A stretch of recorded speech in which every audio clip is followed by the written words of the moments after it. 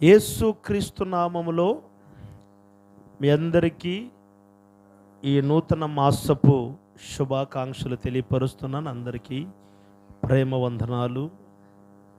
మీరు కూడా ఒకరికొకరు వందనాలు తెలియపరచుకోనండి.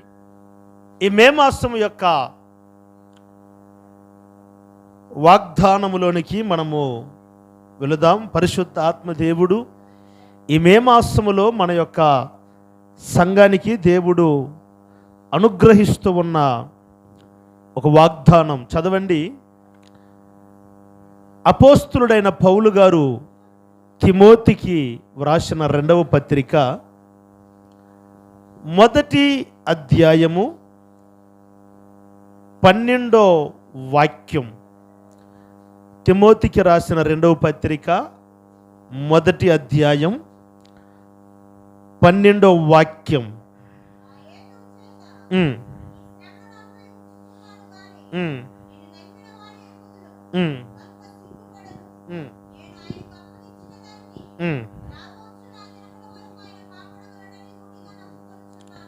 ప్రేమగల తండ్రి, అల్పుడను దౌర్భాగ్యుడను బలహీనుడను అయిన నన్ను మరుగుపరచి ఈ పూట తేటగా సూటిగా నీ బిడ్డలతో మాట్లాడి ఈ మాసమునకు కావలసిన ఆత్మ బలమును నీ బిడ్డలకు మీరు అందించమని యేసు నామములో ప్రార్థించడుగుచున్నాము తండ్రి. ఆమేన్. హల్లెలూయా. ప్రియులారా, ఈ మాసమున కొరకై ప్రభు సన్నిధిలో, ప్రభువా ఈ మే మాసము నీ బిడ్డలకు ఏ వాగ్దానమును అందించాలి అని ప్రభు సన్నిధిలో ప్రార్థించినప్పుడు ఒక విచిత్రమైన వాక్యాన్ని ప్రభు నాకు బయలుపరిచారు. జాగ్రత్తగా వినండి. ఎందుకంటే ఈ వాగ్దానం చేతనే ఈ మాసమంతా మనము ఆత్మీయంగా బలపరచబడబోతూ ఉన్నాం. ఆమేన్ అన్న వాళ్ళు చేతులు ఎత్తి స్తోత్రం చెప్పండి గట్టిగా. హల్లెలూయా. కాబట్టి ఈ వాక్యములో ఏ ముక్క కూడా మీరు పోగొట్టుకోకూడదని సవినయపూర్వకంగా మీకు జ్ఞాపకం చేస్తున్నాను. నా ప్రియులారా, ఒక విచిత్రమైన మాట ఇది. దేవుడు మనకు చేస్తున్న వాగ్దానం కాదు, కానీ ఒక సేవకుడు తన ఆత్మీయ కుమారుడైన వానికి దేవుని గురించి చెప్పుతూ తన్ను బలపరుస్తూ ఉన్న ఒక వాగ్దానం. అర్థమైందండి? అర్థమైందా? మన దేవుడు, లేకపోతే మనము నమ్ముకున్న దేవుడు నీ జీవితంలో ఏమి చేయబోతున్నాడు, నిన్ను ఎలా నడిపించబోతున్నాడు, నీ పట్ల ఆయన ఉద్దేశం లేకపోతే ఆయన ప్రణాళిక ఏంటి అనబడిన విషయాలను చాలా చక్కగా తన ఆత్మీయమైన కుమారుడికి తెలియపరుస్తూ తనను బలపరుస్తూ ఉన్న విషయాలను ఇక్కడ మనం గమనిస్తూ ఉన్నాం. పౌలు గారు తిమోతితో మాట్లాడుతూ ఉన్న మాట ఏమంటున్నాడంటే, నా ప్రియులరా, ఆ దినము వరకు ఆయన కాపాడగలడని రూఢిగా నమ్ముకొనుచున్నాను. చేతులెత్తి స్తోత్రం చెప్పండి గట్టిగా. హల్లెలూయా. ఒక అద్భుతమైన మాట చూడండి. ఆయన ఆ దినము వరకు, ఏ దినము వరకు? ఆ దినం. ఏ దినం అది? మీకు తెలిసిన దినమే చెప్పండి. ఏం దినం? అదే ఆ రోజు. అది ఆ రోజు, ఆ దినం. ఆ దినము వరకు ఆయన మనలను కాపాడగలడని రూఢిగా నేను నమ్ముచో ఉన్నాను. చప్పట్లు కొట్టండి గట్టిగా. హల్లెలూయా. తాత్కాలికంగా ఆయన మనల్ని బలపరిచే దేవుడు కాదు, లేకపోతే సమయ సందర్భాలను బట్టి ఆయన మనల్ని కాపాడేవాడు కాదు.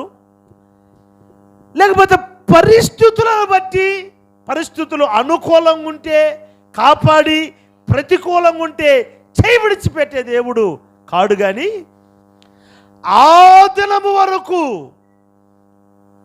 అంటే ఆయన రాకడ వచ్చేంత వరకు, మన పోకడ వచ్చేంత వరకు, దుర్దినములు సంభవించేంత వరకు,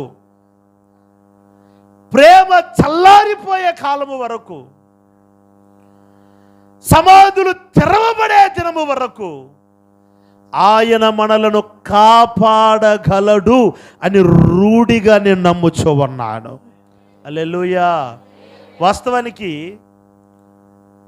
ఈ ప్రపంచంలో కొంతమంది మనల్ని కాపాడుతారు. అది ఏ రకమైన కాపాడబడటం అంటే తాత్కాలికంగా కాపాడబడటం. ఎట్లా కాపాడబడటం అండి? దీనికి ఒక బలమైన ఉదాహరణ నేను మీకు చెప్తాను. 2020 సంవత్సరం మనం మర్చిపోకూడదు. 2020 అంటే మీకు ఏం గుర్తు వస్తుంది? అమ్మో మర్చిపోలా, ఉందా? గుర్తుందా? అరలేదు. 2020లో కరోనా వచ్చింది. ఇంకా కరోనా దెబ్బకి అందరూ చచ్చిపోతాము అనబడిన నిర్ణయానికి వచ్చాము. అయితే ప్రభుత్వం వాళ్ళు ఏం చేశారంటే కోవిడ్ వ్యాక్సిన్, కోవిడ్ షీల్డ్ అని మనకేం చేశారు? పొడిచారా లేదా? ఎంతమంది పొడిపించుకున్నారు? రెండు పొడిపించుకున్నారా? మూడోది కూడా మళ్ళీ వేస్తామన్నారు. బోటే ఏంది అది? బోటి కాదు, బూస్టర్. ఆ బూస్టర్ కూడా కొంతమంది మీరు అందరూ పొడిపించుకున్నారని అంటుండ్రు. మరి చెప్పొచ్చా చెప్పకూడదా? మంచి రోజు నాకు తెలియలా, కానీ చెప్పాలి తప్పదు. నిన్న వార్త ఏంటో తెలుసండి? నిన్న వార్త, ఈ వ్యాక్సిన్ సిద్ధపరిచిన ఆ కంపెనీ వాళ్ళు చెప్తున్నారు, ఈ వ్యాక్సిన్ వేసుకున్న వారికి హార్ట్ అటాక్ వచ్చే ప్రమాదాలు ఉన్నాయి అని రిపోర్ట్. ఇది మామూలుగా న్యూస్ నేను చెప్పటం కాదు, న్యూస్ అది. నిన్న ఫుల్గా అదే ట్రెండ్. చూశారు ఎవరైనా? ఓయమ్మ వీళ్ళకి టెన్షన్ వచ్చింది. అన్న ఎన్ని వేసుకున్నావు రసంగన్న? భయం వచ్చింది ఇప్పుడే, మరి కంగారు పడిపోతున్నావు. న్యూస్ చూసావా? అది నేను చెప్పి నిజమా అబద్ధమా? అంటే నిజమండి, వాస్తవము. ఇది నిన్నటి దినము సాయంకాలం నుండి ఈరోజు మధ్యాహ్నం వరకు అదే న్యూస్. అంటే ఆ రోజులలో వాళ్ళు ఏమన్నారంటే, మీరు కరోనా నుండి కాపాడబడాలి అని అంటే ఈ వ్యాక్సిన్ మీరు వేసుకోవాలి అన్నారు. ఇళ్లల్లో ఉన్న వాళ్ళ మంచాలతో సహా ఎత్తుకొని పోయి ఉడిపిలా మర్చిపోతాం అవన్నీ.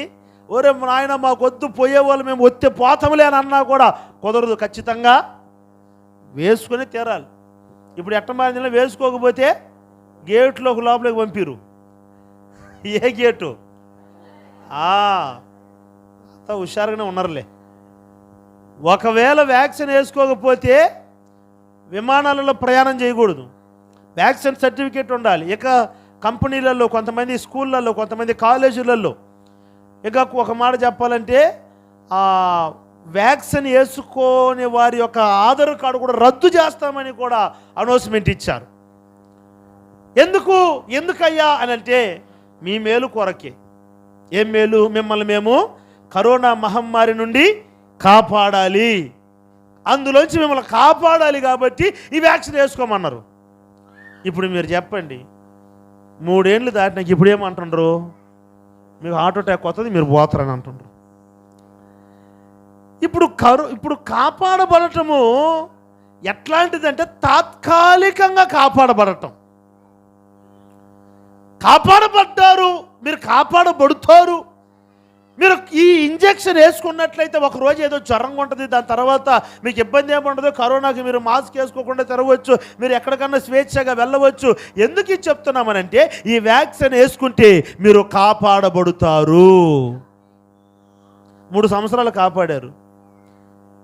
అయితే కొంతమంది వెళ్ళిపోయారు, అప్పటికే 3 సంవత్సరాలు కాబట్టి ఇప్పుడు వాళ్ళే అంటున్నారు ఏంటంటే ఎవరైతే కాపాడుతాము అని అన్నారో వాళ్ళే అంటున్నారు హార్ట్ అటాక్లు వచ్చే ప్రమాదాలు ఉన్నాయి. మీరు మొహాలు అట్ట పెట్టబాకన్నమ్మ. అందుకే నేను చెప్పనన్నా, నేను అందుకే చెప్పవద్దురా. ఈ దేవరాజు తల ఊపిరి చెప్పమని ఊరుకుండేవాడు. స్తోత్రం చెప్పండి గట్టిగా. ఇబ్బంది ఏమి లేదు. ప్రపంచాలు చేయి విడిచిన నా దేవుడు ఈ మాసం వాగ్దానం చేస్తున్నాడు, నేను మిమ్మల్ని కాపాడబోతున్నానని మీరు రూఢిగా నమ్మాలి. దేవుడు మిమ్మల్ని కాపాడబోతున్నాడు.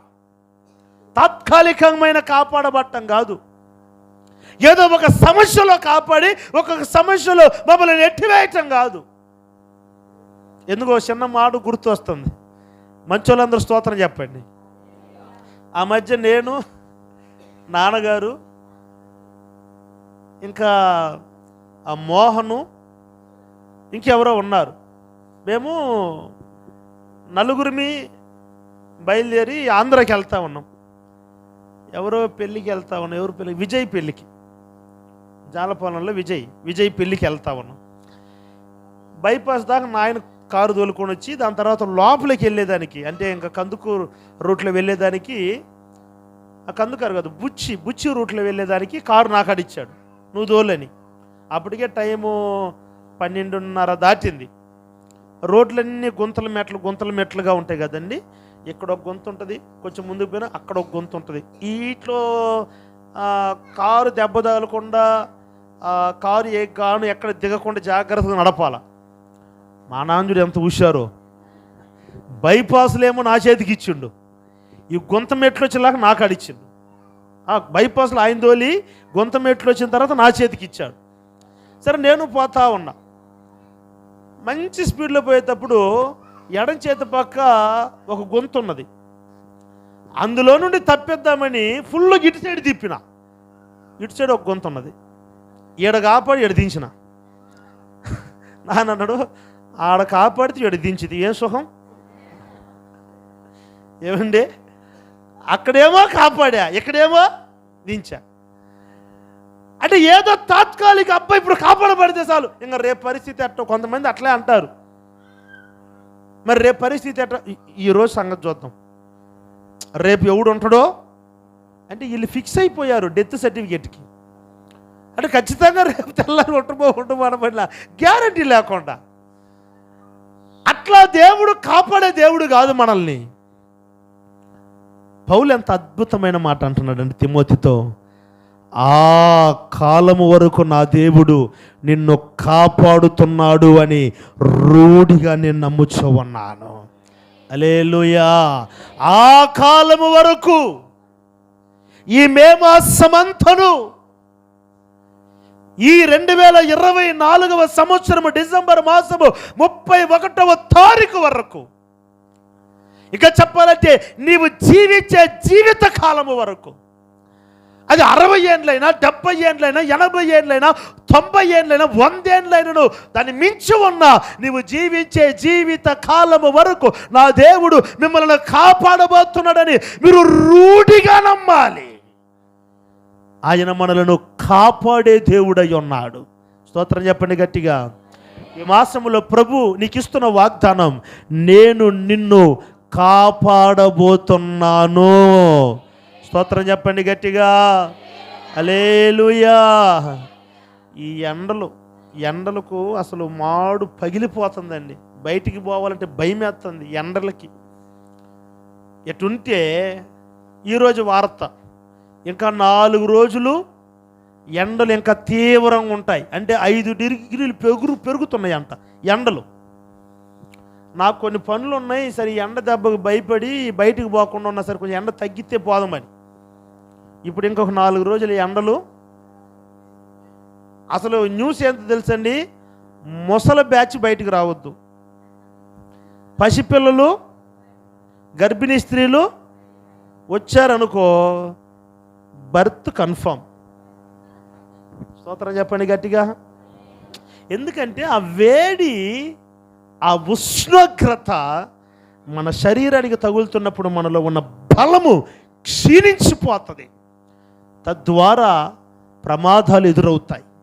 కాబట్టి బయటికి రావద్దంటే ఏమన్నారంటే, మీరు ఇళ్లల్లో ఉండి మిమ్మల్ని మీరు కాపాడుకొనండి, మిమ్మల్ని మీరు భద్రపరుచుకొనండి అని అంటున్నారు. ఆ మాట నమ్మండి. పరిశుద్ధాత్మ దేవుడే ఈ మే మాసం యొక్క మొట్టమొదటి దినమున నీతో వాగ్దానం చేస్తున్నాడు. నేను నిన్ను కాపాడబోతున్నానని నీవు రూఢిగా నమ్మాలి. స్తోత్రం చెప్పండి గట్టిగా.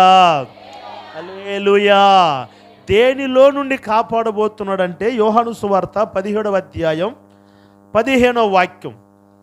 యోహాను సువార్త 17వ అధ్యాయం 15వ వాక్యం. నీవు లోకములో నుండి వారిని తీసుకొని పొమ్మని నేను ప్రార్థించుట లేదు, కానీ దుష్టుని నుండి వానిని కాపాడమని ప్రార్థించుచున్నాను. ఎక్కడి నుంచి మనం కాపాడాలంటే దుష్టుని నుండి. ఎవడా దుష్టుడు చెప్పాలి? ఎవరా దుష్టుడు? నానమామ ఎవరు? కొంచెం గట్టిగా చెప్పండి. రాత్రి మిమ్మల్ని వచ్చి తొక్కట్లే. సైతానుగాడని చెప్పండి. వాడే. కొంతమంది దెయ్యానికి కూడా మర్యాద ఇస్తారు. ఆ మధ్య ఒక పాస్టర్ దెయ్యం తర్వాత, మీరు పోతారా పోరండి, ఆ పిల్లని వదిలిపెట్టండి, దయచేసి వెళ్ళిపోండి. ఆడేమన్నా నీ ఇయ్యం కూడా అంత మర్యాద ఇచ్చేదాన్ని. ఏస్తున్నారు పాస్ అవుతాడా అనకుండా వెళ్ళరండి. మీరు కూడా ఆ బ్యాచ్లా కూడా చాలా మర్యాదగా మాట్లాడుతున్న సైతాను కూడా అనండి, సైతాను కూడా అనండి. తొక్కేస్తాము సైతాన్ అన్న వాళ్ళందరూ చేతులు పైకి ఎత్తండి. మీకు ఉంటుంది రాత్రి. స్తోత్రం చెప్పండి గట్టిగా. ఏం భయపడద్దు. ఈ రాత్రి మీ అందరికి ప్రార్థన చేసి నేను పంపిస్తా.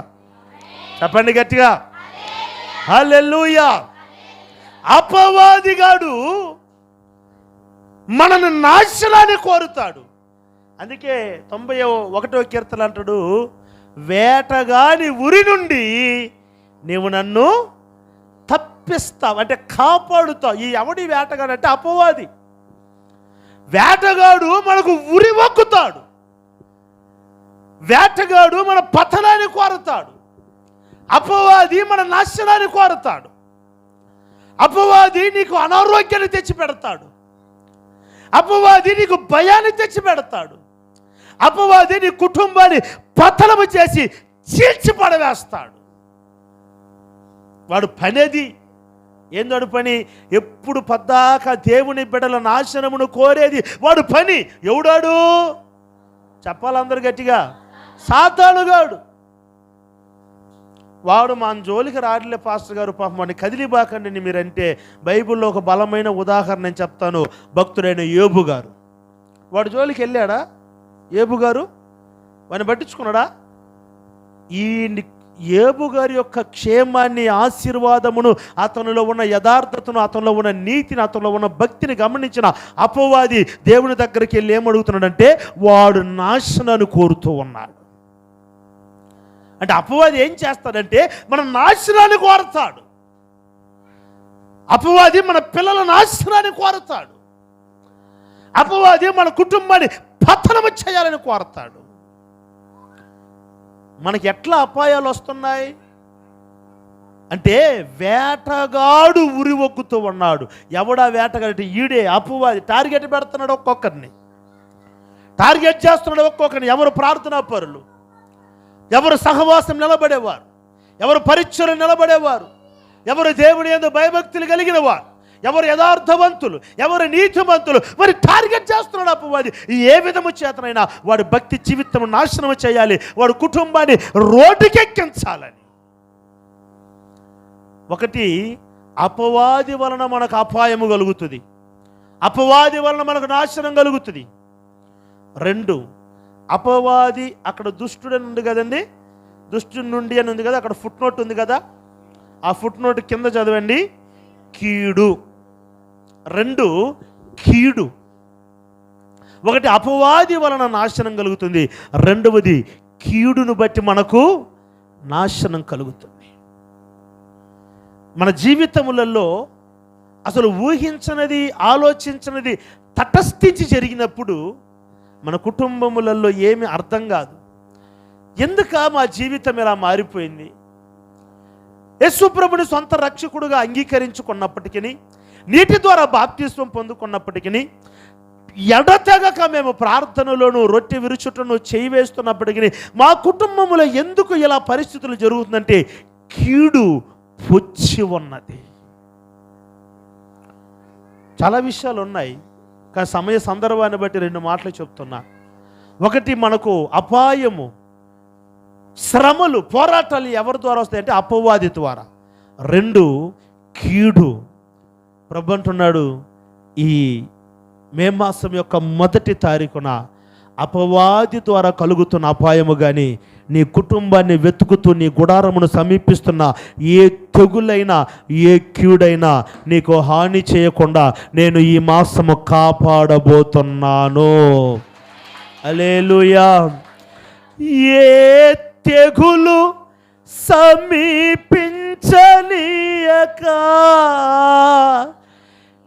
ఏ కీడైన దరి చేరనీయక, ఆపదలన్నీ తొలగే. కొట్టాలి చప్పట్లు, అందరూ చప్పట్లు కొడుతూ. ఏ తెగులు సమీపించనీయక, ఏ కీడైన దరి చేరనీయక, ఆపదలన్నీ తొలగే వరకు, ఆత్మలో నెమ్మది కలిగే వరకు, నా భారము మోసి పాసటగా నిలిచి ఆదరించితివి. ఈ స్తుతి మహిమలు నీకే చెల్లించెదను జీవితాంతము. ఘనమైనవి నీ కార్యములు, నా ఎడల స్థిరమైనవి నీ. హల్లెలూయా. ఈ మాసము ప్రభు అంటున్నాడు, అపవాది వలన కలుగుతూ ఉన్న తెగులు కానీ, అపాయము కానీ, కీడు కానీ నీ దగ్గరికి సమీపించకుండా నేను నిన్ను కాపాడబోతున్నాను. ఈ మాసమును తలంచి ఎవరు ఏ భయముతో వచ్చి ఉన్నా, ఒకవేళ యూట్యూబ్లో ఈ వాక్యము వింటున్న మీరెవరైనా ఏ అపాయము మిమ్మల్ని ఎదుర్కోబోతుందో, మీ ఎదుట నిలచి ఉన్నవాడు ఎంత పెద్ద గొలియాత్ అయి ఉన్నా, మీరు దాటలేకుండా శ్రమ పడుతూ మీ జీవితంలో ఆగిపోయి మిమ్మల్ని ఆపివేసిన ఎర్ర సముద్రం ఏదైనా, మీకు భయాన్ని పుట్టిస్తున్న ఆ సింహపు కోరలు ఏమైనా, నా ప్రభు అంటున్నాడు, ఈ మాసము నేను మిమ్మలను కాపాడబోతున్నానని మీరు రూఢిగా నమ్మాలి. దేవునికి స్తోత్రం చెప్పండి గట్టిగా, కొంచెం గట్టిగా చెప్పండి. నా ప్రభు ఈ మాసం నీకు ఇస్తున్న వాగ్దానం, ఆయన నిన్ను కాపాడబోతూ ఉన్నాడు. ఆయన నీ కుటుంబాన్ని కాపాడబోతూ ఉన్నాడు. ఆయన నీ చేతుల కష్టార్జితాన్ని కాపాడబోతూ ఉన్నాడు. ఆయన నీ ఆరోగ్యమును కాపాడబోతూ ఉన్నాడు. ఏ విషయములో అయ్యయ్యో పరిస్థితులని చేయి జారిపోతున్నాయి, అయిపోయింది నా జీవితం అనుకుంటున్నావో, వాటిని నా దేవుడు కాపాడి మరలా నీ చేతికి అందించబోతున్నాడు. కొట్టో చప్పట్ల గట్టిగా. హల్లెలూయా, హల్లెలూయా. ఆయన నిన్ను కాపాడబోతూ ఉన్నాడు. దేవుని స్తోత్రం కలుగునగాక. నా ప్రియులరా, ఆయన ఎవరిని కాపాడుకుంటాడు, ఎవరిని కాపాడుతాడంటే, అక్కడ చదవబడిన వాక్య భాగంలోనే ఆ తిమోతికి రాసిన 2వ పత్రిక 1వ అధ్యాయం 12వ వాక్యం.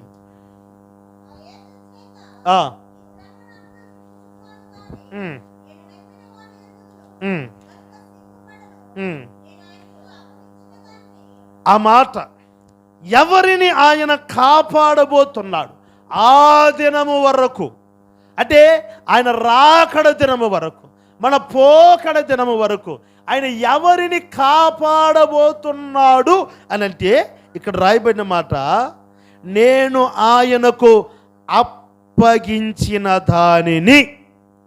దేవుని స్తోత్రం చెప్పండి గట్టిగా. మీకు అర్థమవ్వాలి ఈ మాట.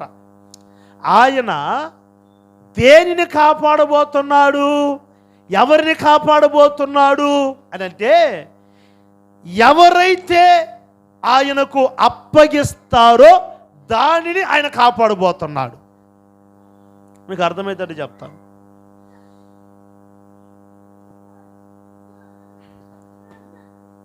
ఈ పరిశుద్ధ గ్రంథము నాది. నేను కష్టపడి 2700 రూపాయలు పెట్టి కొనుక్కున్నా. ఎక్కడి నుండి వచ్చిందో తెలిసి బైబిల్లో రాజమండ్రి నుండి వచ్చింది. స్తోత్రం చెప్పండి గట్టిగా. నేను ఇక్కడి నుండి రాత్రి వెళ్ళిపోతున్నా కనిగిరికి వెళ్ళిపోతా రామన్న చేతికి ఇచ్చి ఆయనకు అప్పగించి, అన్న భద్రం, చాలా విలువ పెట్టుకున్నా కాబట్టి దీన్ని భద్రం చేయమని నేను ఇచ్చి వెళ్ళాను అనుకోండి. రామన్న ఏం చేస్తాడు?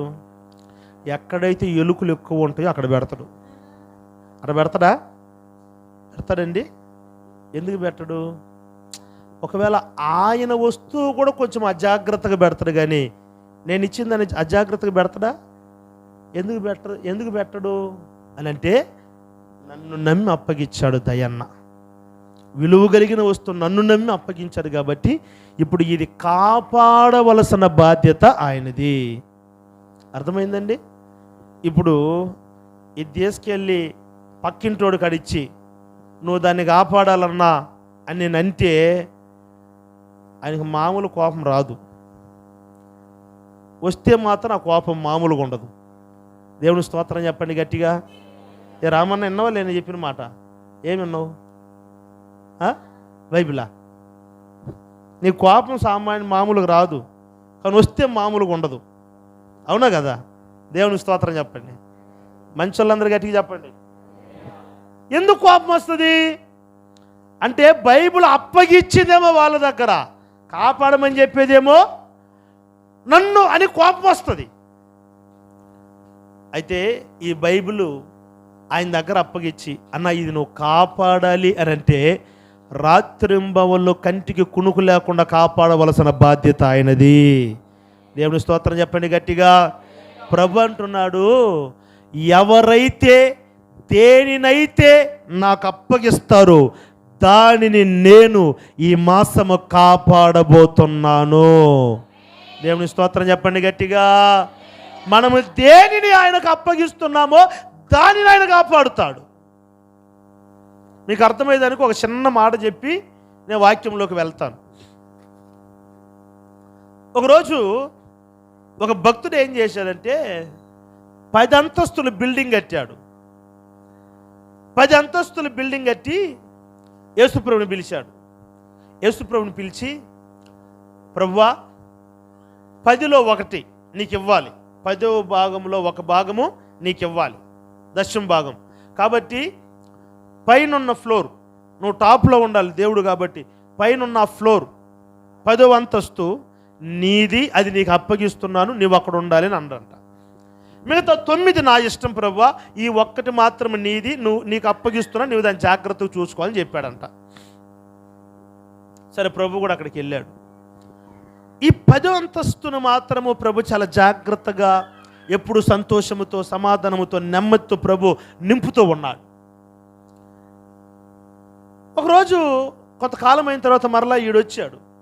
ఇప్పుడు దేవుడికి 10వ అంతస్తు ఇచ్చాడే, వాడు వచ్చి ప్రభు దగ్గర తగు వేస్తున్నాడు. ఏంటంటే, ప్రభువా నీవేమన్నా మనస్సాక్షి ఉందా? నువ్వు న్యాయవంతుడు అనుకుంటే న్యాయం చేస్తా, నువ్వు చేసేది న్యాయమేనా, నువ్వు చేసేది మంచిదేనా, ఇది నీకే బాగుందా అని అన్నాడంట. అదేంటి నేనేం అన్యాయం చేశాను అంటే, నేను నీకు ఇవ్వాల్సిన నీకు ఇచ్చినా నువ్వు దాన్ని మాత్రం కాపాడవు, 9 ఫ్లోర్లు నువ్వు కాపాడలేదు, 9 అంతస్తులు అంట. ఏం జరిగింది అని అంటే, ఒక అంతస్తులో వ్యభిచారం జరుగుతుంది, ఒక అంతస్తులో కళ్ళు సారాయం కాస్తున్నారు, ఒక అంతస్తులో పేకాట జరుగుతూ ఉంది, ఒక అంతస్తులో నాశనము జరుగుతూ ఉంది. ఇట్లా 9 చెప్పాడంట. ఈ 9 ఫ్లోర్లో ఎక్కడ నెమ్మది లేదు, ఎక్కడికి వెళ్ళి ఉండాలన్నా ఉండబుద్ధి కావట్లేదు, నాశనం అయిపోతుంది ఈ 10 అంతస్తులు. ఏంటయ్యా ఇట్లా చేసావని అన్నాడంట. అప్పుడు ప్రభు అన్నాడంట, నీవు నాకు అప్పగించింది నేను కాపాడే బాధ్యత నాది కాబట్టి నేను కాపాడా. ఈ 9 నువ్వు నాకు అప్పగించలేదు, ఈ 9 అంతస్తులు నువ్వు నాకు అప్పగించలేదు, లోకానికి అపవాదికి నువ్వు అప్పగించావు గనుక దానిని నేను కాపాడవలసిన అవసరత నాకు లేదు అని అన్నాడంట. స్తోత్రం చెప్పండి గట్టిగా. అర్థమైందండి? దేవునికి మనము దేనినైతే అప్పగిస్తామో దానిని ఆయన కాపాడే దేవుడు, అన్నిటిని కాదు. నీ ఇష్ట ప్రకారం నీవు జీవించి నా ప్రభువా నువ్వు నన్ను కాపాడు ప్రభు అంటే ఆయన కాపాడు. నువ్వు దేనినైతే దేవునికి అప్పగించి ప్రభువా ఇదిగో నీ చేతిలో పెడుతున్నాను ఆయన, ఇది నీకు అప్పగిస్తున్నానయ్యా, దీన్ని నువ్వు కాపాడు ప్రభు అంటే అప్పుడు దాని మీద ఆయన రెస్పాన్సిబిలిటీ తీసుకుంటాడు, బాధ్యత తీసుకుంటాడు. ఎందుకంటే ఇది నాకు అప్పగించాడు, దీన్ని కాపాడవలసినది నా బాధ్యత. దేవుని స్తోత్రం చెప్పండి గట్టిగా. హల్లెలూయా. యోబు తనను తన కుటుంబాన్ని దేవునికి అప్పగించాడు కాబట్టి ఆ కుటుంబమును కాపాడవలసినది దేవుని బాధ్యత గనుక అపవాది పలు సందర్భాలలో వచ్చి యోబు కుటుంబాన్ని నాశనము చేయాలనుకున్నా వాడు యోబు కుటుంబంలోనికి ప్రవేశించలేకపోయాడు. దానికి కారణం ఏంటంటే అపవాది అంటాడు ఏమనంటే, నీవు యోబు కుటుంబానికి యోబు ఇంటి చుట్టూ నీవు కంచె వేసి యోబును కాపాడుతున్నావు కదా. చప్పట్లు కొట్టండి గట్టిగా. హల్లెలూయా, హల్లెలూయా.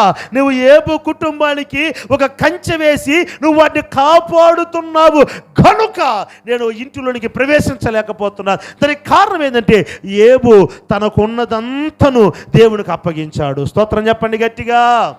హల్లెలూయా. నా ప్రియమైన దేవుని బిడ్డలారా, దేవుడు ఎవరిని కాపాడుతాడంటే ఎవరైతే దేవుడికి దేనినైతే అప్పగిస్తారో వాటిని దేవుడు కాపాడుతాడు. స్తోత్రం చెప్పండి. చేతులు ఎత్తి స్తోత్రం చెప్పండి గట్టిగా, కొంచెం గట్టిగా చెప్పండి. ఈ పూట మనము దేనిని దేవునికి అప్పగించాలి, దేనిని ఆయన కాపాడాలి అనబడిన విషయాన్ని నేను మీ ఎదురుకు తీసుకొస్తాను. మనము దేనిని దేవునికి అప్పగించాలి చదవండి. పరిశుద్ధ గ్రంథములో కీర్తనల గ్రంథం 37వ అధ్యాయం 5వ వాక్యం. నీ మార్గమును యెహోవాకు అప్పగింపుము. స్తోత్రం చెప్పండి గట్టిగా, చేతులెత్తి గట్టిగా చెప్పండి. ఈ మాసం ప్రభు అంటున్నాడు, నీవు నా చేతికి దేనినైతే అప్పగిస్తావో దాన్ని నేను కాపాడబోతున్నాను. అన్నిటిని కాదు, నువ్వు ఇష్టం వచ్చినట్లు నువ్వు తిరిగి ప్రభువా నువ్వు నన్ను కాపాడు కుదరదు. నువ్వు దేనినైతే నా చేతికి అప్పగిస్తావో దానినే నేను కాపాడుతాను. మరి మనం దేన్ని అప్పగించాలి దేవునికి అంటే ఇక్కడ కీర్తనకారుడు దావీదు అంటున్నాడు, నీ మార్గమును యెహోవాకు అప్పగించుము. మార్గము అన్న స్థలములో ప్రభు నాకు ఇచ్చిన ప్రేరేపణ బట్టి నేను చెప్తున్నాను, నీ జీవితమును ఆయనకు అప్పగించుము. దేవుని స్తోత్రం చెప్పండి. హల్లెలూయా. మార్గం అప్పగించడం అంటే అదే, ఇంకా నీ ఆలోచనలు, నీ తలంపులు, నీ ఊహలు వీటన్నిటిని నువ్వు దేవునికి అప్పగించాలి. నీ జీవితంలో నువ్వు వేస్తున్న ప్రతి అడుగు, నువ్వు చేస్తున్న ప్రతి కార్యములు క్షేమకరంగాను సుఖమయంగాను ఉండాలని అంటే నీవు నీ మార్గాన్ని దేవునికి అప్పగించాలి. తలపైకెత్తండి, కొన్ని విషయాలు చెప్తాను. కొంతమంది కొన్ని విషయాలు చేస్తూ ఉంటారు. అది ఇల్లు కట్టుకోవటం కానివ్వండి, లేకపోతే పెళ్లి చేసుకోవటం కానివ్వండి, లేకపోతే ఫ్లాట్లు కొనటం కానివ్వండి, లేకపోతే వాహనాలు కొనటం కానివ్వండి, లేకపోతే పిల్లల్ని స్కూల్లో చేర్చడం కానివ్వండి, చదివించడం కానివ్వండి, బయట దేశాలకు పంపడం, ఇట్లా చాలా విషయాలు చేస్తూ ఉంటారు సహజంగా. అయితే కొంతమంది చేసే విషయాలు ఎందుకో ఫెయిలియర్ అయిపోతాయి. వివాహమే, లేకపోతే ఇల్లు కట్టుకోవటం. ఆ మధ్య మనకు తెలిసిన ఒకరు ఒక ఇల్లు కట్టుకున్నారు చెన్నైలో. ఫ్లాట్ తీసి ఇల్లు కట్టుకునేసి ఇంకా గృహప్రవేశం రేపో ఎల్లుండో చేద్దాం అనుకునే లోపు ఆ ఫ్లాట్ మీద కేసు వేసాడు మరొకడు వచ్చి. ఏంటంటే ఆ ఫ్లాటు నాది అని. చూసారండి, కొన్ని లక్షల అప్పు పెట్టి కట్టుకున్నాడు. సుఖముందా? సంతోషముందా? మొత్తం మీద అది కేసులో వాడే గెలుచుకున్నాడు. ఏంటంటే వీడికి అమ్మినోడు డూప్లికేట్ పత్రాలు పెట్టి అమ్మేశాడు. అది వాడిదే నిజమైన పత్రాలని కోర్టులో క్లారిటీ వచ్చేసింది, న్యాయం దొరికేసింది, వీడు నష్టపోయాడు. ఇప్పుడు ఎందుకు ఈ మాట చెప్తున్నానంటే, మనం చేసే కొన్ని విషయాలు ఫెయిలియర్ అవటానికి గల కారణం ఏంటంటే మనము దేవునికి అప్పగించటలేదు. మన ఇష్టం, మన కోరిక, మన ఆశలు, లేకపోతే మనతో ఉన్నవారి ఆశలు, లేకపోతే మన పిల్లల ఆశ, లేకపోతే మన తల్లిదండ్రుల ఆశలు, లేకపోతే భర్త ఆశ, భార్య ఆశ, ఈ ఆశలను బట్టి మన జీవితములను పతనము చేసుకుంటున్నారు. తర్వాత ఏమంటారంటే, అంతా అయిపోయిన తర్వాత అసలు ఇట్లా జరగద్దని అసలు కలలో కూడా అనుకోలేదు పాస్టర్ గారు. ఇంక నువ్వు అన్నీ అనుకుంటావు, ఇట్లాంటివి మాత్రం అనుకోవు. దేవుని స్తోత్రం చెప్పండి గట్టిగా. హల్లెలూయా. ఏమన్నా అర్థమవుతున్నాయా నేను చెప్పే మాటలు? మీకు అర్థమవుతాడు చెప్పాలంటే, దీపం ఉన్నప్పుడే చెప్పాలి గట్టిగా. చపాతీలు ఏడ తెచ్చారు? చపాతీలు తెచ్చినవా? వాసన వస్తున్నట్టుంది దానికి. చపాతీలు కాదు, చక్క పెట్టుకోవాల. దీపం ఉన్నప్పుడే ఇంటిని, ఆరిపోయిన తర్వాత తడువులాడేది బుద్ధిహీనులు చేసే పనులవి. అదే లోకానుసారంగా అంటారు ఏంటంటే, చేతులు గాలిన తర్వాత ఆకులు పట్టుకొని ప్రయోజనము లేదు. అంటే పరిస్థితులు చేయి జారిపోయిన తర్వాత, నష్టము జరిగిన తర్వాత మనము నెత్తికేసి రొమ్ములకేసి బాదుకున్నా కలగబోయేది ఏమీ లేదు. ప్రభు అంటున్నాడు, పరిస్థితులు ప్రమాదాలు కరంగా మారిపోయేదానికి ముందుకే నీ మార్గాన్ని దేవునికి అప్పగించగలిగితే ఆ మార్గాన్ని ఆయన కాపాడుతాడు. దేవుని స్తోత్రం చెప్పండి గట్టిగా. పరిశుద్ధ గ్రంథములో ఒకడు తన మార్గాన్ని దేవునికి అప్పగించాడు. చదవండి, చూపిస్తాను ఆ మాటలు. ఆ మార్గాన్ని దేవుడు ఎంత దీవెనకరంగా మార్చాడు. ఆదికాండం 24వ అధ్యాయం 7వ వాక్యం. ఆదికాండం 24వ అధ్యాయం 7వ వాక్యం.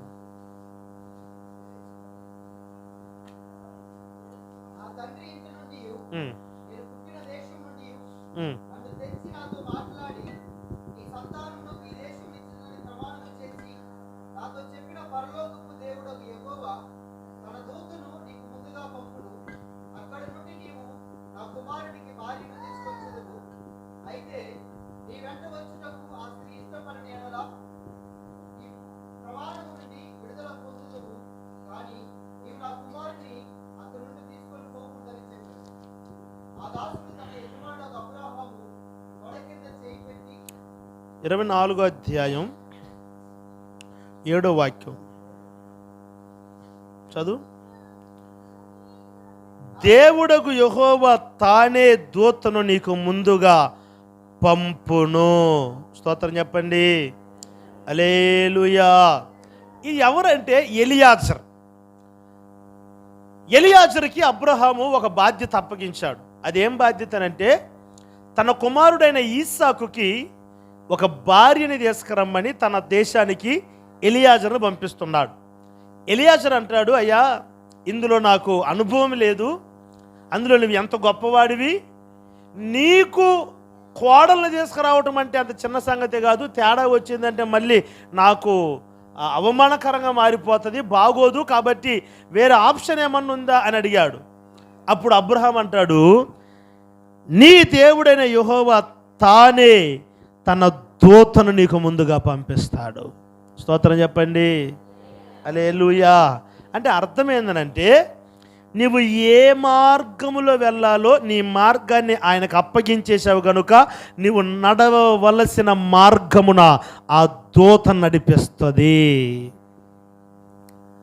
నువ్వు మార్గం ఆయనకు అప్పగించేసావు కనుక ఇక నువ్వు ఏ మార్గములో నడవాలో, ఎలా నడవాలో, ఎక్కడికి వెళ్ళాలో, ఎవరితో మాట్లాడాలో, ఎవరిని చూడాలో, ఏ అమ్మాయిని నాకు కోడలుగా తీసుకురావాలో ఆ దోతే తీసుకొస్తుంది. స్తోత్రం చెప్పండి గట్టిగా. హల్లెలూయా. దేవుడికి తన మార్గాన్ని అప్పగించి ఎలియాజరు బయలుదేరాడు. ఎంతమంది రెబ్కాను చూశారు?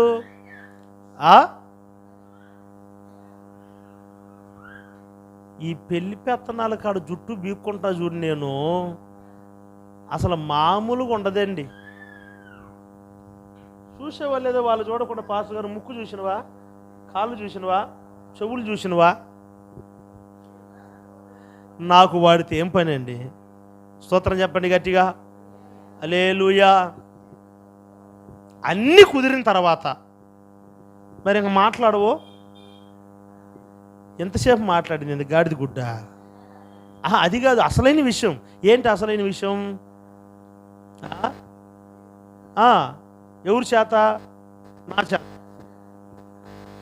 ఇప్పుడు నేను పోవాలి ఇంకా యాడికి? దేవునికి స్తోత్రం చెప్పండి గట్టిగా. అందుకు పెద్దగా ఈ పేరెంటల్ విషయాలలో అసలు తలదోర్చడం అసలు పెద్ద ఉండదు. కాకపోతే పెళ్లి చేయమంటే చేస్తాం అంతవరకే. దేవునికి స్తోత్రం చెప్పండి గట్టిగా. ఎంతమంది రెబ్కాను చూశాడు? ఈ అమ్మాయి కొంచెము ఇస్సాకు కంటే ఎత్తుగా ఉన్నట్టుందే, వద్దు ఈ అమ్మాయి వద్దు, ఇంకొక పిల్లని చూద్దాం. ఈ అమ్మాయి పొట్టుకున్నట్టుంది, పర్లేదు పొట్టుకుంటే ఇటుకి రాయలు పెడతాం కింద అనుకుంటా. ఏమండి? No option. సరిగా బావిలో నీళ్లు చేదుకుంటున్న వారి దగ్గరికి వెళ్ళాడు. ప్రభు దగ్గర, ప్రభువా నాకు దాహం ఉంది, నీళ్ళు ఇవ్వమంట. ఎవరైతే నా దాహమును తీర్చి నా ఒంటెల దాహమును తీరుస్తారో వారు నా యజమానుడైన అబ్రహాము కుమారుడికి నీవు ఏర్పరిచిన భార్య. హల్లెలూయా. ఎవరు చేశారు ఆ పని అంటే రెబ్కా చేసింది. స్తోత్రం చెప్పండి గట్టిగా. అప్పుడు అంటాడు ఎలియాజరు ఒక అద్భుతమైన మాట, చదవండి 48వ వాక్యం, 24వ అధ్యాయం 48.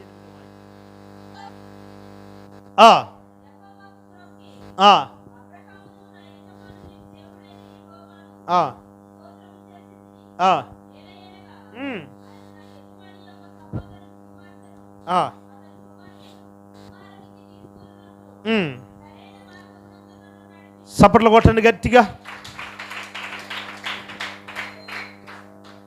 నడిపిస్తాడు నా దేవుడు. అంతే, ఒక మొక్క అంతే చాలు. మళ్ళీ అతికి ప్రసంగం అవ్వకూడదు, ప్రసంగం చాలు. ఎలియాజరు అంటున్నాడు ఏంటంటే, ఆ పొల్లేరమ్మని, ఈ నల్లమ్మని, ఆ అంకమ్మని, ఈ ఎంకమ్మని చూడలే,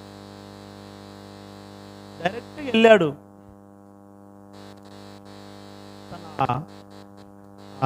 తండ్రి గారితో మాట్లాడుతున్నాడు. ఈ అమ్మాయి నా యజమానుడైన అబ్రహాము గారి యొక్క కుమారుడికి భార్యగా మీరు ఇవ్వాలి. అప్పుడు వాళ్ళు ఏమంటారంటే, ఇది యెహోవా వలన కలుగుతున్న కార్యము, అవునని కానీ కాదని కానీ చెప్పలేము. స్తోత్రం చెప్పండి గట్టిగా. నాకు ఒక డౌట్ వచ్చింది వాక్యం చదివేటప్పుడు. మరి మీకు వచ్చిందో లేదా ఆ డౌట్? నాకు తెలియలా. ఏమండి? ఏంటంటే, సరే ఒకవేళ కడవులో నీళ్లు చేదుతున్న వాళ్ళల్లో ఎవరన్నా వేరే వాళ్ళు ఎవరన్నా వచ్చి, అయ్యా నీకు నీళ్లు పోస్తాను, దాహం తీరుతాను, ఒంటికి దాహం తీరుతానని నేను పెళ్ళైన వాళ్ళు వచ్చి ఎవరన్నా కానీ పోసి ఉంటే, వచ్చింది మీకు డౌటు? రెబ్కాకు పెళ్ళి కాలేదు, సరే. ఒకవేళ పెళ్ళి అయి ఉంటే, ఇప్పుడు ఈసాకుకి రెబ్కా ఏమై ఉంటుంది? సెకండ్ హ్యాండ్ అయి ఉంటుంది. స్తోత్రం చెప్పండి గట్టిగా. మీకు అర్థం కాల అమ్మ? అర్థమైందని చెప్పిన మాట. ఇప్పుడు మాకు పెళ్ళి కాని అమ్మాయి పెళ్ళి అయ్యేదాని కొరకు కావాలి అని ఈసాకు కొరకు ఎలియాజరు అడుగుతున్నాడు. ప్రభుతో ప్రార్థన చేస్తున్నాడు, ఎవరైతే నా దాహము తీర్చి నా ఒంటిలో దాహం తీరుస్తారో వాళ్ళే నా యజమానుడు అబ్రహాము గారి యొక్క కుమారుడైన ఈసాకు భార్య అంటున్నాడు. రెబ్కా వచ్చి, నేను నీకు నీళ్లు చేస్తాను, నీ దాహాన్ని తీరుస్తాను, ఒంటిల దాహాన్ని కూడా తీరుస్తాను అన్నది. రెబ్కాకి వాస్తవానికి పెళ్లి కాల. ఒకవేళ రెబ్కా కాకుండా ఎవరైనా పెళ్ళి అయ్యి ఉన్న వాళ్ళు కానీ వచ్చి కానీ వీళ్ళు దాహం తీర్చుంటే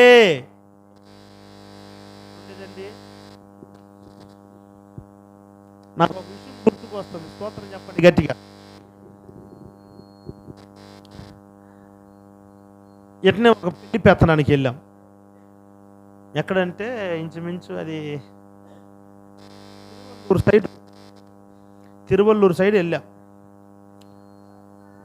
నాతో అది పెళ్లి కొడుకు, వాళ్ళ అమ్మ, వాళ్ళ నాయన, వాళ్ళ మేనమ్మ, వాళ్ళ నలుగురు వచ్చిండ్రు. నేను వెళ్తే సరే వీడికి మామూలుగా వాళ్ళు ఏంటంటే ఫోటోలు చూపిస్తే అదృష్టం రావట్లేదు, ఫోటోలు చూపిస్తే అది కుదరట్లేదు, ఫోటోలు చూపిలే వీడికి ఆ అమ్మాయి ఫోటో. మొత్తం మీద అయితే చెప్పారు, బాగుందిరా, ఎర్రగుందా, బాగా తెల్లగుంది, అమ్మాయి బాగా చదువుకుంది, నీకు బాగా సరిపోద్దిరని వీళ్ళ అమ్మ వీళ్ళందరూ చెప్పి తీసుకొచ్చారు. మొత్తం మీద వాళ్ళ అమ్మ నాన్నలతో వాడు సరిగా మాట్లాడు, నాతో కొంచెం బాగా క్లోజ్గా మాట్లాడతాడు. నేను ఇటు కూర్చున్నాను, వాడు ఇటు కూర్చుండు, వాళ్ళ నాన్న అటు పక్క, వాళ్ళ అమ్మ అటు పక్క ఇటు కూర్చున్నారు. అంతలోపు ఎవరో ఒక ఆమె కాఫీ మళ్ళీ స్వీట్లు అవన్నీ తీసుకొచ్చి పెట్టింది. వీడు నన్ను డొక్కలో పొడిసి, అన్న ఓకే అన్న, అన్న ఓకే అన్న, ఇంకేం మాట్లాడొద్దు అన్న, వీళ్ళు మీరేం మాట్లాడండి ఓకే అన్న అన్నాడు.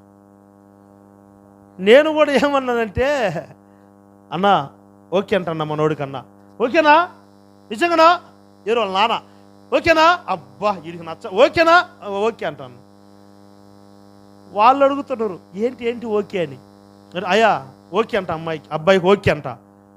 ఓకేనా, అమ్మాయినే చూడలేదు ఇంకా అన్నారు వాళ్ళు. అమ్మాయిని చూడలేదా ఈడంటూ అనవు.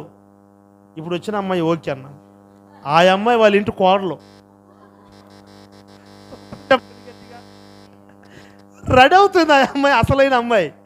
ఈ అమ్మాయి ఆత్రపోయి అన్నావు. ఈ అమ్మాయిని చూసిన తర్వాత వాడికి ఆ అమ్మాయి నచ్చట్లే, అసలైన అమ్మాయి. ఎందుకంటే ఆ అమ్మాయి కొంచెం కలర్ తక్కువ, వీడు కలర్ మీద పడి తెచ్చేవాడు. అన్నవు ఏదన్నా ఆశ చూపించట చేతికొచ్చింది, నోటి గోబ్ బగిలిపోతే పెడకాలతో తనత. నేను అనే మాట ఏంటంటే, ఒకవేళ అట్లాంటి కన్ఫ్యూజన్స్ ఆ రోజు ఏమైనా జరగనిచ్చాడు దేవుడు? ఏమైనా కన్ఫ్యూజన్స్ జరిగిందా? ఎలియాజర్ అంటాడు, నా దేవుడు సరి అయిన మార్గములను నన్ను నడిపించాడు. సపర్లు కొట్టండి గట్టిగా. నీ మార్గాన్ని కానీ దేవునికి అప్పగించావంటే నీ మార్గం అలా ఉంటుంది. ఇంకా స్తోత్రం కలుగును గాక. ఎక్కడ నీ కాళ్ళు తడబడదు, ఎక్కడ నీ కాళ్ళు పడవు, ఎక్కడ నీ కాళ్ళు జారవు, ఎక్కడ నీ జీవితము అర్ధాంతరముగా ఆగిపోకుండా నా దేవుడు సాగిపోవునట్లుగా నడిపిస్తాడు. ఎప్పుడు నీ జీవితమును ఆయనకు అప్పగించాలి. స్తోత్రం చెప్పండి గట్టిగా. హల్లెలూయా. ఆయనకి నీ జీవితాన్ని అప్పగించాలి. ఒకటి అప్పగించాలి. అప్పగించిన తరువాత ఏం చెయ్యాలంటే, ఎలియాజరు దేవునికి తన మార్గాన్ని అప్పగించాడా? తర్వాత ఏం చేశాడో చూడండి. అప్పగించిన తర్వాత ఏం చేశాడు? 21వ వాక్యం అందులోనే 24వ అధ్యాయం 21వ వాక్యం. ఆ మనుష్యుడు ఆమెను తేరి చూచి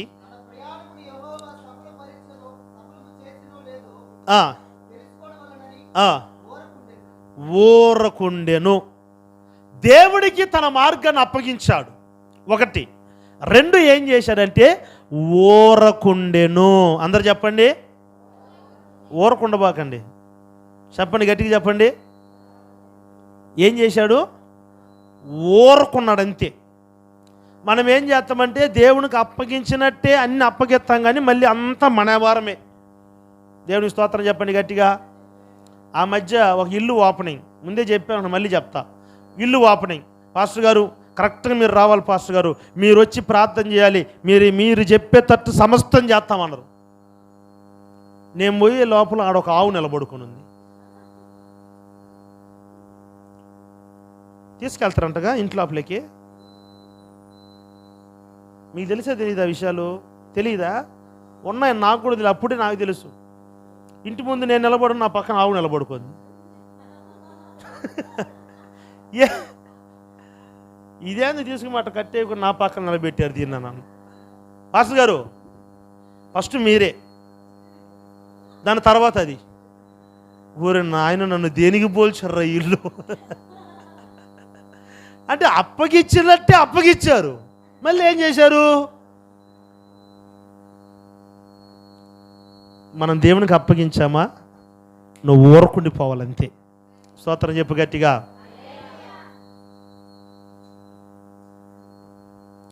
కారు నేను డ్రైవ్ చేస్తూ ఉంటా కదా, పక్కనున్న వాళ్ళు, దేవుడు నాకు ఇచ్చిన కారు అది ఒక బహుమానం నాకు.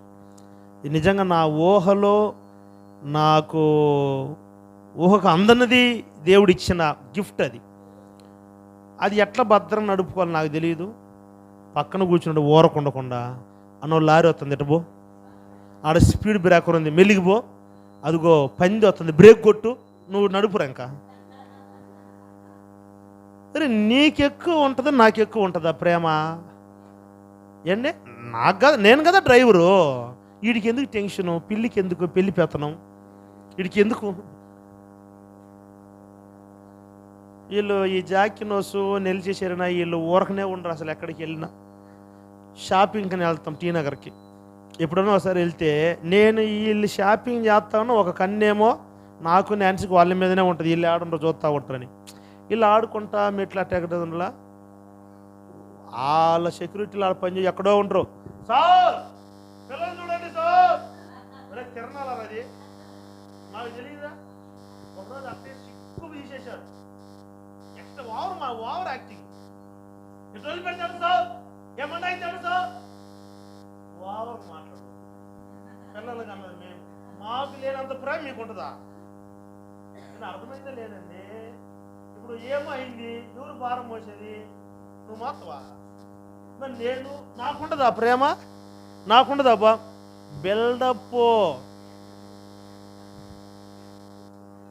ఇప్పుడు కారు నడిపేది నేను, నాకుంటుంది టెన్షను.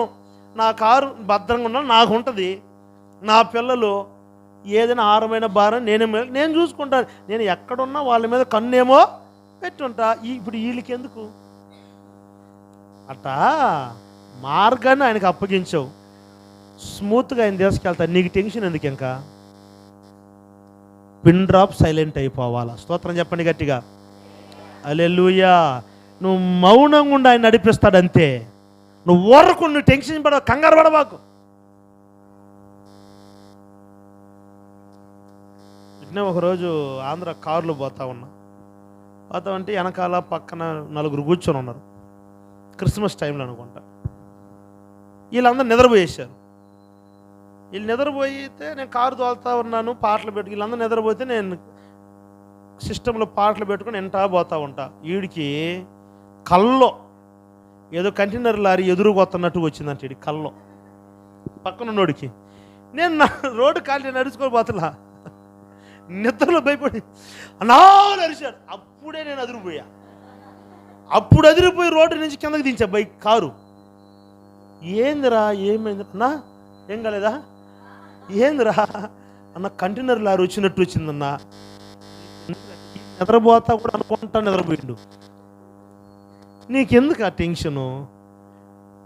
నడిపిస్తాడు కదా ఆయన. స్తోత్రం చెప్పండి గట్టిగా. ఆయనకు నువ్వు తన మార్గాన్ని అప్పగించావు, నీ మార్గాన్ని ఆయనకు అప్పగించావు. నీకు టెన్షన్ ఎందుకు? ఇంకా ఆయన ఉండగా నడిపించాను పెద్ద మనిషి, నీకెందుకో? ఇప్పుడు చూడండి, ఎలియాజరు ఊరకుండా మౌనంగా ఉండు. ఎందుకంటే ఆయన నడిపించేవాడు ఉండగా నాకు టెన్షన్ ఎందుకు? దేవుని స్తోత్రం చెప్పండి గట్టిగా. పరిశుద్ధ గ్రంథంలో ఒక అద్భుతమైన మాట నేను చూపిస్తాను, చదవండి. యాకోబు పత్రిక 5వ అధ్యాయం 10వ వాక్యం 11వ వాక్యం. యాకోబు పత్రిక 5వ అధ్యాయం 10-11.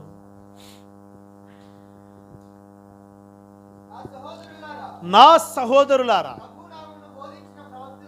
ఆ, ఉమ్, ఆ, ఉమ్, ఉమ్, ఆ. యోబు యొక్క ఆ,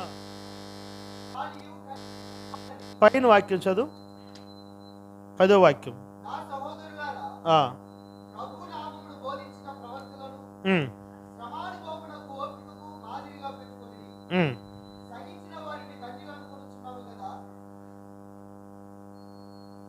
శ్రమానుభవమునకు ఓపికకును మాదిరిగా పెట్టుకో.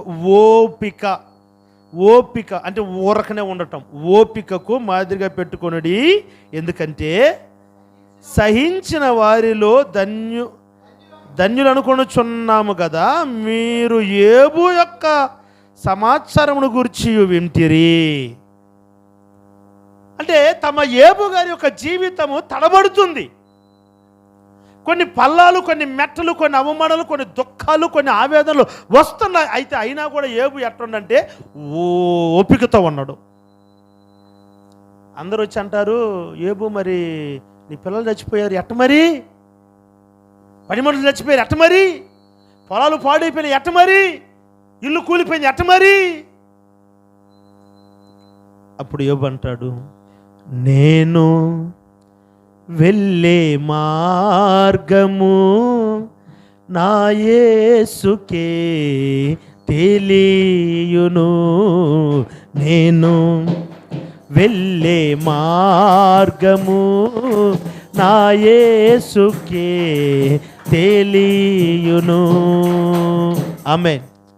నేను మార్గం ఆయనకు అప్పగించాను, నేను వెళ్ళే మార్గం ఏంటో ఆయనకు తెలుసు. Praise the lord. 1, మనం ఆ మార్గమును ఆయనకు అప్పగించాలి. 2, మార్గం అప్పగించదు, నువ్వు టెన్షన్ పడాల్సిన అవసరం లేదు, కంగారు పడాల్సిన, ఊరకుండు అంతే. నువ్వు ఊరకుండు చాలు. మోసే ఇశ్రాయేలుతో అంటాడు, వీళ్ళు కంగారు పడిపోతున్న యెరూషలేము ఎర్ర సముద్రం దగ్గర, మీరు ఊరకనే నిలబడి చూడండి, మీ పక్షాన ప్రభు యుద్ధం చేయబోతున్నాడు. మీరు ఊరకుండండి. మీరు ఈరోజు నేర్చుకోవాల్సింది, జీవితము కొంచెం తడబడుతుందా, కొంచెము ఇబ్బందికరంగానే ఉందా, ఏం జరగబోతుందో అనుకుంటున్నారా? ఈరోజు ప్రభువా నా జీవితం నీ చేతికి అప్పగిస్తున్నానని అప్పగించి మీరు ఊరకుండండి, నడిపించేవాడు ఆయన. Praise the lord. 1, ఆయనకు అప్పగించాలి నీ మార్గాన్ని. 2, ఊరకుండాలి. 3వ మాట చూపించి జస్ట్ టచ్ చేసి ముగించేస్తాను. చదవండి కీర్తనల గ్రంథము 37వ అధ్యాయం 5వ వాక్యం. ఆ,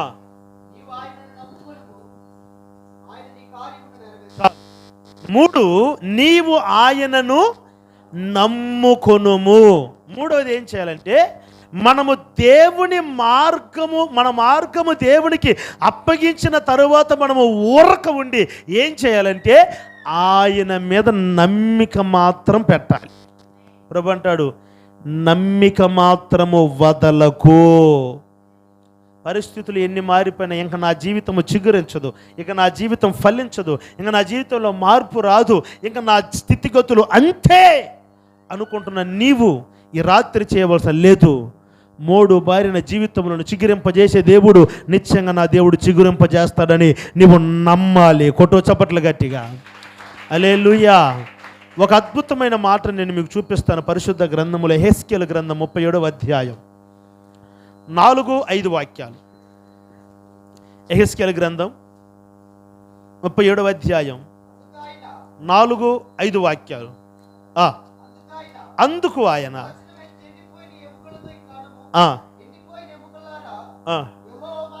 ఒక్క నిమిషం, 2వ వాక్యం నుండి చదువు.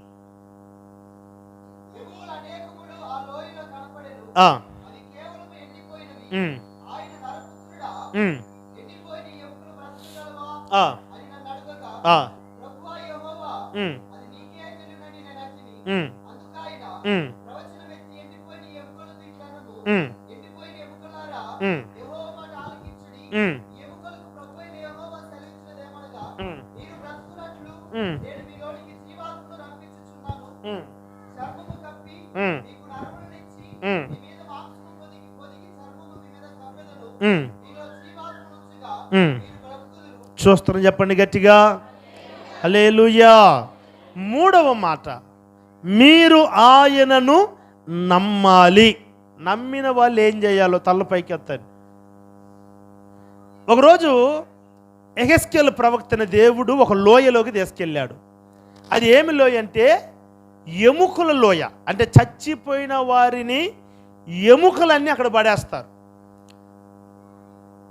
అది ఏదో చచ్చిపోయి 2-3 రోజులు అయింది కాదు, అది ఎండిన ఎముకలు అని రాయబడింది.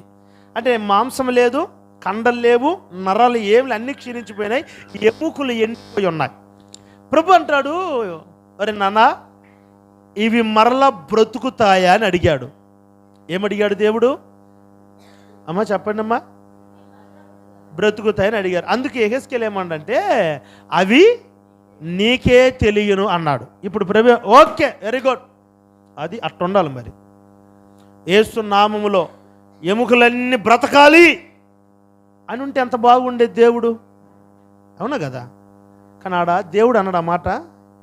యెహెజ్కేలు ప్రభు అంటాడు, ప్రవచనమెత్తి నువ్వు పలుకు, నువ్వు పలికితే ఈ ఎముకలు సైన్యముగా నిలబడతాయి. కొట్టో చప్పట్లు గట్టిగా.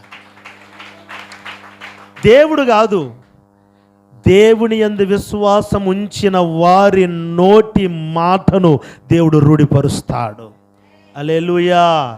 దేవుడే దిగొచ్చాడు లోయలేకి. నువ్వు పక్కన ఉండరా, నేను చూసుకుంటాను, ఎముకలన్నీ మహాసైన్యముగా జీవం కలిగి లేయాలి అని ప్రభు అంటే లేవయ్యి లేస్తాయి, లేవా? కానీ ప్రభు ఏమన్నాడంటే నీవు ప్రవచనం ఎత్తి పలుకు. ఏమని? ఈ ఎండిన ఎముకలు జీవము కలిగి మరలా సజీవంగా లేవాలని. యెహెజ్కేలు పలికాడు, అవి మహాసైన్యముగా లేచి నిలబడ్డాయి. నా ప్రియులరా, విశ్వాసముతో పలకాలి. మా పరిస్థితులు అయిపోయినాయండి, మా బతుకులు అయిపోయిందండి, ఇంక అంతేలేండి, నేను బ్రతకనులేండి, వీడు మారలేండి, ఆయన నో. దేవుని యందు విశ్వాసం ఉంచి గలమెత్తి నువ్వు పలుకు, విశ్వాసంతో పలుకు. నా దేవుడు చచ్చి ఎండిన ఎముకలు సహితము మరలా జీవింప చేయటానికి శక్తి కలిగిన వాడు. హల్లెలూయా. ఈ ఎముకల లోయను దేనికి పోల్చాడు దేవుడు అంటే, ఆ చదవండి ఆ మాటను, 11వ వాక్యం అందులోనే. అప్పుడు ఆయన నాతో ఇట్లని, నరపుత్రుడా, ఈ ఎముకలు ఇశ్రాయేలీయులను అందరినీ సూచించుచున్నవి. వారు మన ఎముకలు ఎండిపోయెను, మన ఆశ విఫలమాయను, మనము నాశనమైపోతిమి అని అనుకొనుచున్నారు. ఏమనుకున్నారంటే ఇశ్రాయేలీయులు, అక్క మనందరం ఎవరు మనము? మనందరం ఇశ్రాయేలీయులమే, దాంట్లో ఏం డౌట్ లేదు కాదు. లేదండి మేము వాళ్ళు మీ ఇల్లు అంటారా? మనందరము ఇశ్రాయేలు. వీళ్ళు అనుకుంటున్నారు ఏంటంటే ఇంకా మా బ్రతుకులు ఎండిపోయినాయి, మా ఎముకలు ఎండిపోయినాయి, మా జీవితములు అయిపోయినాయి అని వీళ్ళు అనుకుంటున్నారు. కానీ ప్రభు అంటున్నాడు, ముగించబడిన నీ జీవితమును మరలా నేను ప్రారంభిస్తాను. ఎప్పుడు? నీవు స్వరమెత్తి విశ్వాసంతో పలకాలి. ఎండిన ఎముకలు మరలా మహాసైన్యముగా లేస్తాయి. దేవుని స్తోత్రం కలుగునుగాక. హల్లెలూయా. మోడు బారిన జీవితం ఇంక అంతేలా జీవితం అనుకోవద్దు. ఆ మోడు బారిన జీవితమునే నా దేవుడు చిగురింపజేస్తాడు. నా జీవితం మారాగా మారిపోయింది, నా జీవితం చేదు అనుకోవద్దు. ఆ మారా అనుభవమునే నా దేవుడు మధురముగా మారుస్తాడు. ఎప్పుడు?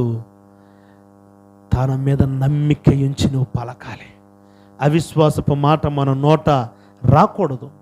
విశ్వాసంతో పలకండి. నేను మా చేతికి ఇంకేమి రావండి అనుకోవద్దు. అన్ని చేజారిపోయినా ఇంకేం కలగదు అనుకోవద్దు. విశ్వాసంతో పలుకు. గత 4 మాసములు నీవు ఏమేమైతే కోల్పోయావో వాటిని గురించి ప్రవచనమెత్తి పలుకు. నేను పోగొట్టుకున్నవన్నీ ఈ మాసములో నా దేవుడు అనుగ్రహించబోతున్నాడు అని నువ్వు పలకగలిగితే, ఈ మాసములో నీ మాటను నా దేవుడు రూఢిపరచబోతున్నాడు. గొట్టో చప్పట్లు గట్టిగా. నా దేవుడు ఆ కాలము వరకు నిన్ను కాపాడబోతూ ఉన్నాడు. ఎప్పుడు ఒకటి, నీ మార్గం ఆయనకు అప్పగించాలి. అప్పగించిన నీవు ఆయన నడిపించుచున్న మార్గంలో ఊరక మౌనంగా ఉండాలి. 3, ఆయన ఎందే నమ్మిక ఉండాలి. ఈ 3 అనుభవాలు ఉన్నప్పుడు ఈ మే మాసములో రాబోతున్న దినములలో నా దేవుడు మిమ్మలను కాపాడబోతున్నాడు. హల్లెలూయా, హల్లెలూయా. ఈ వాగ్దానమును దేవుడు ఈ మాసములో మన పట్ల, మన సంఘాల పట్ల స్థిరపరచునుగాక. ఆమేన్.